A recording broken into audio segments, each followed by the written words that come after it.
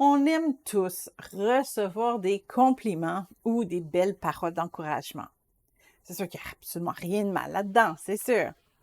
Mais il faut rester vigilant quand même, parce qu'il ne faut pas se mettre à rechercher seulement ces paroles flatteuses.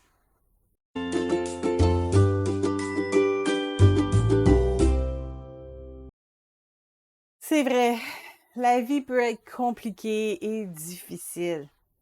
Parfois, la seule chose qui nous aide à avancer, c'est une parole bienveillante. D'ailleurs, c'est ce que dit plusieurs versets dans les Proverbes, comme celui dans le chapitre 16.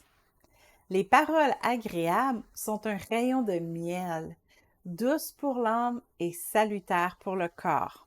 Proverbe 16, 24. Même dans le Nouveau Testament, il est recommandé aux chrétiens de s'encourager les uns les autres. C'est pourquoi exhortez-vous réciproquement et édifiez-vous les uns les autres, comme en réalité vous le faites. 1 Thessaloniciens 5, 11.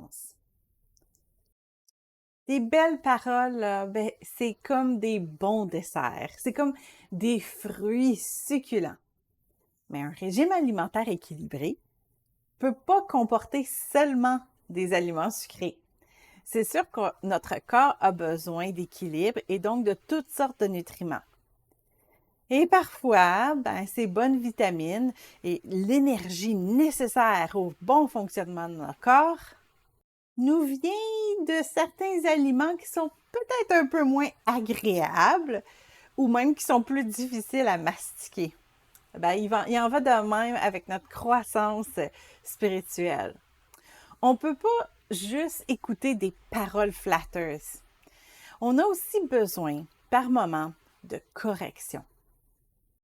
D'ailleurs, Paul y dit à Timothée que toute écriture est inspirée de Dieu et utile pour enseigner, pour convaincre, pour corriger et pour instruire dans la justice.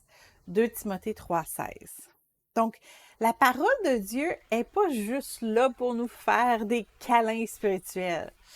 Elle est aussi là parfois pour nous corriger et nous convaincre de marcher dans la bonne direction. Alors, il faut faire attention de ne pas être des chrétiens qui cherchent tout le temps juste des paroles flatteuses. Car il viendra un temps où les hommes ne supporteront pas la saine doctrine, mais ayant la démangeaison d'entendre des choses agréables, ils se donneront une foule de docteurs selon leurs propres désirs. 2 Timothée 4, 3. Donc, en général, il faut faire attention aux enseignements qui ne nous demandent pas de changer. Il faut faire attention aux paroles qui excusent nos échecs au lieu de nous encourager à admettre notre part de responsabilité. Il faut faire aussi attention à tous les divertissements amusants qui finissent par nous faire oublier nos tâches essentielles. Et il faut faire attention aux messages doux qui ne nous demandent pas d'exercer notre foi ou de grandir en maturité. D'ailleurs, il faut aussi faire attention à ce qu'on reçoit comme publication dans nos médias sociaux. Vous le savez, tous les médias sociaux sont basés sur des algorithmes qui enregistrent tout ce qu'on aime et qui nous redonnent ensuite seulement ce qu'on aime entendre. Flatter l'ego d'une personne, c'est la meilleure façon de fidéliser une clientèle. Il faut garder ça en tête. Il y a certains influenceurs même qui vont publier des messages stimulants pour les célibataires chrétiens, juste parce que de cette façon-là, ça va faire grandir leur nombre de followers. Il faut qu'on ne soit pas naïf. Oui, Dieu veut le meilleur pour nous, c'est vrai. Mais des fois, le meilleur vient par une transformation majeure de notre caractère. Alors, soyons prêts à être corrigés et à étirer nos muscles spirituels par notre foi.